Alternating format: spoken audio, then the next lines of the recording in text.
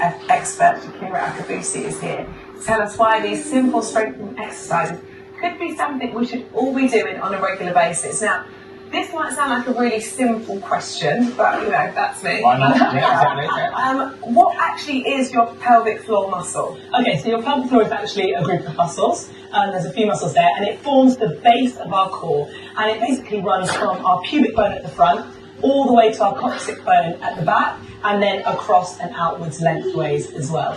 And it has a really important role, and it's got a couple of really important roles. It's not only just supporting and holding in our internal organs like our bladder, our bowel, our uterus, but it's also helping us with every movement that we make every day. You know, if you're lifting and carrying, if you're running, jumping, your pelvic floor is a part of your core, and that's really helping us to lift and manage load and also to absorb impact. And what could be a cause of, obviously we hear everybody talk about, oh, after you have a baby, I remember someone saying that to me and I was like, what does that even mean? Look after your pelvic floor. But what could cause your pelvic floor to weaken, apart from children? Okay, so apart from children, What else could be? Yeah, so as you said, pregnancy is one of them, but also weight gain and obesity, that can also have an impact on our pelvic floor. It's placing kind of additional pressure onto the pelvic floor muscles, but also just leading a really sedentary lifestyle. You know, like any other muscle in our body, we really want to be making sure that we're using our pelvic floor, and if we're sitting for long periods of time, we're not going to be using it as effectively as we would if we're up and about.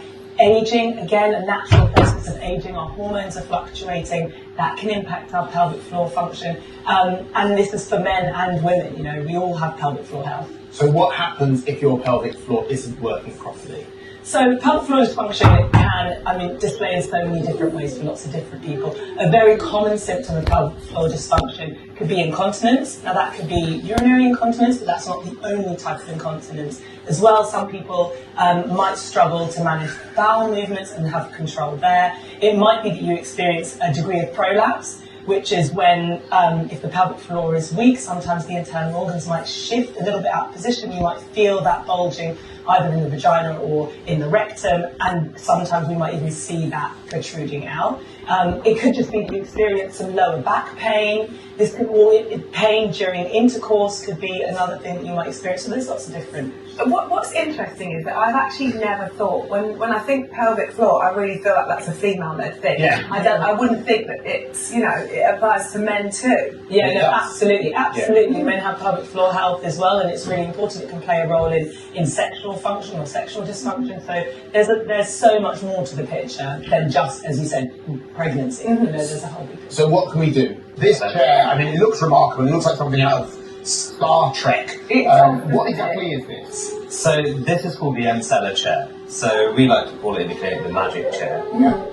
It works through a patented technology called HIFEM, which is high frequency electromagnetic waves. So this chair is designed to target the whole of the pelvic floor, and it's essentially for patients that do suffer with pelvic floor dysfunction, both male and female patients, and also when you're looking at tightening these muscles, it's quite difficult to know which ones to contract.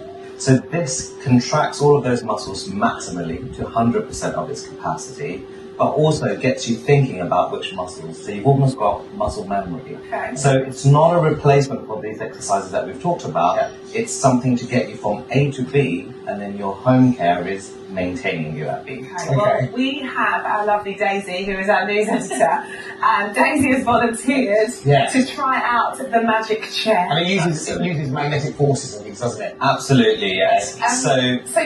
What happens now? How does it look? Oh no, don't hold it, because it's the magnet. Yeah, so whilst you're on the chair, you can't hold your phone or anything like that because it's got magnetic waves and things, but you can hold. Don't switch it on there while she's holding the mic. We won't switch it on while she's holding the mic. How do you feel about this, Daisy? Nervous. Yeah, I'll take that. Okay, so do we do it? Yeah. Let's do it. Look, one of the benefits with this treatment is that it's completely non-invasive. You can be fully clothed whilst you're having the treatment, which is fantastic. And it's also a discreet treatment that you can have. Okay. And it only takes half an hour. Okay, but let's give it a go. Well done for volunteering, Daisy. Lovely to work with you. So we've adequately positioned her on the chair, and you'll start to feel, let's say, a little bit of vibration. Yeah. And Daisy, we should tell her, Daisy has done the exercises before, exactly. So we can tell you how You can tell us how this compares to the. Oh, oh, you're right. Yeah. Okay. Yeah. So you can hear that noise. Can everyone hear that noise? Yeah. Can you hear that noise? So this is contracting those muscles many times. So within half an hour, you're getting 11,000 contractions Goodness me. of the pelvic floor muscles. Okay. And how does it feel, Daisy?